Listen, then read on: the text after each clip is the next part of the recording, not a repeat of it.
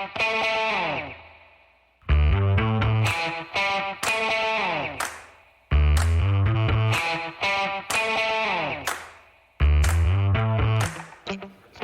folks. Welcome to another episode of Film Study. This is Ken McKusick. We're here to continue our series of That One Play, and we've got another really good one. Ravens history rich with iconic plays. This one, Ray Lewis's 2-yard stuff of Darren Sproles on 4th and 2 to end the game against the Chargers at the Chargers in 2009. Terrific individual play, unbelievable anticipation. But here to talk about it with me is Eric XXV. Eric, how are you doing? I'm doing good, Ken. How are you? No complaints at all. And Eric, I appreciate you coming on the show, first of all, and choosing this play. Give us a little background, maybe why you chose the play, and a little background about where the Ravens were coming into this game. Sure. Well, I chose the play. It was just one of those plays that stuck out to me when it happened, and I feel like you see it on the highlight reels pretty much ever since. And definitely one of Ray Lewis's more iconic plays as far as guessing a play and just all the things you come to know Ray Lewis for. That play was a great example of it. And I'd say coming into that game, early on in the season, both teams, I believe, were 1-1 at the time. The Ravens were coming off of a pretty good 2008 season, I think we would say, with a lot of exceeded expectations with rookie quarterback Joe Flacco and John Harbaugh in his first season. And, had a pretty good team, I'd say, in 2009 coming in, on paper at least. I think we had high expectations coming into that season after 2008. And I believe it might have been the Chargers home opener on this one. And yes, it's week 2, Chargers home opener. And the Ravens in week 1 had beaten the Kansas City Chiefs 38-24. And that was a really good game for Flacco. Looked like he was going to step up and be a stud. The game was nowhere near that close. And it had to be put away in the last couple of minutes with a Flacco touchdown. Mm-hmm.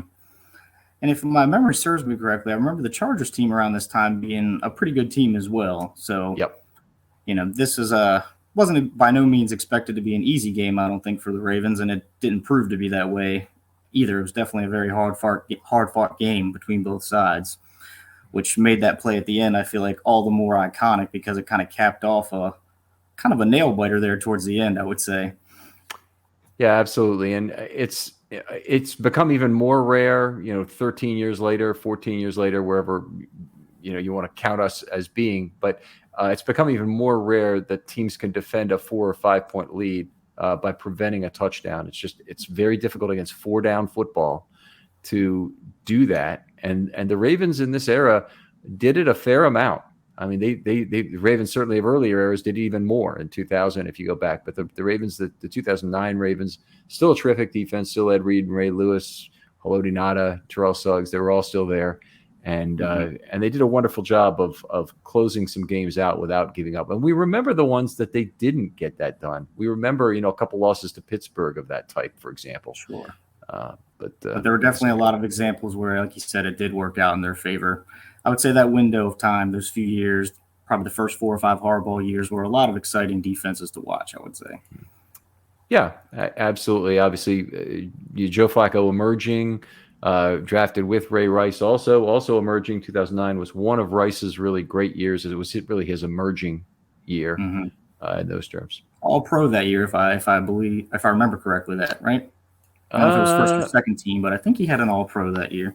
I'll trust you on that. I'm not looking at it right now. Yep. Well, I guess we can. Would you like to go ahead and kind of set up the table for this play here? Sure. So the Ravens were leading, like you said, by 5 late in the game. Chargers were kind of driving downfield. It was starting to look like, maybe this isn't going to end too well for the Ravens. And then I believe it was on the second down play before the 4th down, they had a pretty decent short gain, but it seemed like the receiver kind of hesitated where it looked like he probably could have gotten a first down. Don't know exactly who tackled him on the play, but good thing they did because they kind of set us up for the next 2 plays where that led them to 3rd and 2. Phillip Rivers, I think, kind of threw one down at Darren Sproles' feet. And if you watch the play, it almost looks as if Ray Lewis is just closing in on Sproles and Phillip Rivers kind of sees it. And he's like, yeah, maybe not. And he kind of just tosses one at his feet. So that gets us to the 4th and 2. Where it almost seemed as if Ray Lewis called the play for them in some type of situation. Because he had all the instincts of when to time it up. He was going right on schedule, and he was there basically right as the ball got there. It seemed like it was very impressive as far as diagnosing a play and just trusting his instincts, and he went with it, and he definitely was right. What really got me about that play, and the Chargers pulled on the play, and I think they might have pulled two, but they definitely pulled one. And so the area that Lewis came through actually had a pulling lineman or two moving past that, and Lewis actually timed up his entry into the backfield till after the trailing puller could not do anything about it, which was really amazing that he was able to do that. Normally, the lineman, one of the two linemen, would have seen Lewis, realized that was a major threat, turned and made the block, even if that kind of breaks some of the rules of pulling, that you don't want to give away your momentum by turning back into the block. It still would have been the right move to make because it's Ray Lewis, damn it. I mean, you got to make sure he's accounted for. And then he slipped in. It's just, it wasn't even a big gap or anything that was left. It's just came in right off the rear end of the trailing puller into the backfield, hit Sproles, and just the most solid, straight up, you're not getting away from this tackle. There wasn't any way for Sproles to get away. There wasn't any real opportunity for him to lateral the football or anything like that might have kept the game going. It's just marvelous. It was a tackling masterclass on that one, I would say. And I can't recall who the commentator was, but I remember when you go back and you watch the highlight of the play on YouTube or something, the announcer makes the call. He says like something along the lines of almost as if he knew what was coming. And I was like, well, it kind of did seem that way, didn't it? Yeah, that might have been Enberg. I'm not sure who it was, but it was. I can recall the voice and talking about the many-time Pro Bowler Ray Lewis. Yeah, and as you said earlier, it was very much a revenge play from the Sproles. I think it was first quarter where he hit 80 plus yards on a screen play, like you said, and it wasn't a good look for certain players on the defense on that play. But I didn't remember the Ray Lewis part of it in particular, but I did vividly remember seeing one of the rare times that Ed Reed got kind of turned around in a very not so flattering way, trying to make the last effort of a tackle before the touchdown. It wasn't a good day that way. And as far as defending Sproles in the pass game, he had himself some stats, but Ray Lewis got the tackle at the end and made it all worth it. Right. I think Lewis was really responsible for coverage on that play. That's the way I recall when I wrote it up at the time. It's interesting. I'm looking at PFF for that game, and they've given credit to two different people, Fabian Washington and Dwan Landry, for giving up touchdowns in that game. So it might have honestly been Landry. I don't think it would have been Washington unless it was some sort of a zone play where they ISO'd him on that side. But it seems like it probably was Landry was the guy who gave it up from their perspective, and they're probably right. But my recollection is that looking at it in real time was that Lewis is the guy who should have been over in that spot or should have been accounting for Sproles. Definitely a fine play. A great back and forth game. That 2009 team, this was their shining moment on the road. And that team, my recollection is they had a number of stops and starts. It was an outstanding team, by the way, just a great Ravens team. In my opinion, the best of the first 5 years, even though they had all the 12-4 seasons and the 11-5 season and all that. The 2009 team had the best offensive line of that group. They had Jared Gaither at left tackle before he got hurt, and he was very good, by the way. Jared Gaither, I mean, he might as well have jumped down a well with the rest of his career in terms of the effort he put into football, but he was very good in just a little bit. He could have been something, I think. Yeah. Yeah, he's a disappointing story, a cautionary tale. We knew he was damaged goods when the Ravens drafted him out of Maryland because he's a supplemental draft guy. I had trouble already with Maryland.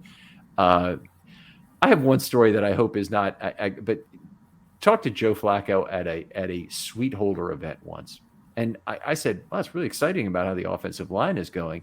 And this is after 2008, I think, or it might have been after 2000. I think it was after 2008. I think it was after Flacco's rookie year, because they usually do that. They make a good rookie from the previous year come to the event. So anyway, I asked Flacco, what do you think about the offensive line? And he went over each offensive lineman. He got to Gaither last, and he said, and hopefully Jared will get more into it. And I'm just that's not good. That's an unbelievable comment. for your quarterback to make when, for a good offensive lineman. And I don't doubt that there were things that he could have done better and that they were continually frustrated with the guy or he wasn't showing up on time. There are probably a lot of other work ethic things that Flacco is kind of referring to in that thing.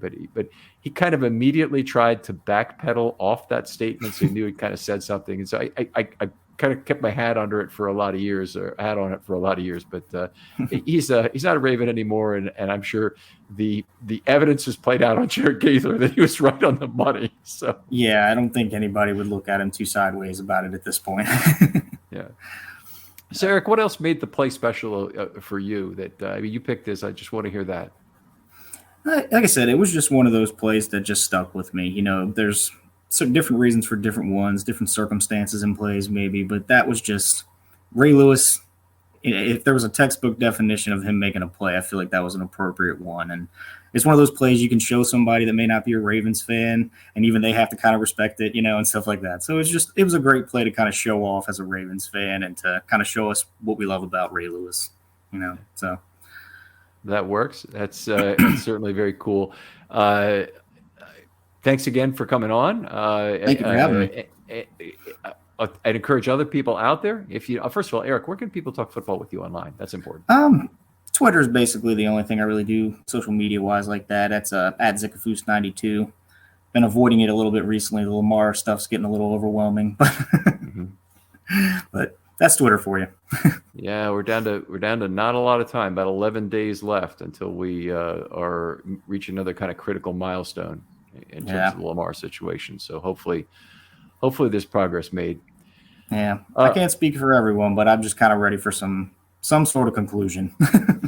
Okay, fair enough. Well, other folks out there, if you'd like to be on a film study short like this, please hit me up. DMs are always open on Twitter. I want to hear that one play you're interested in. I'm putting up a few suggestions every few days. So if you need somebody to help you out with a thought, I'll do that. If not, I want to hear your play. I want to hear that special time, the play that really meant something to you. And you talk a little bit about why it was special to you. And I appreciate you doing that, Eric. Thanks again for coming on. Thank you. We'll talk to you next time on Film Study.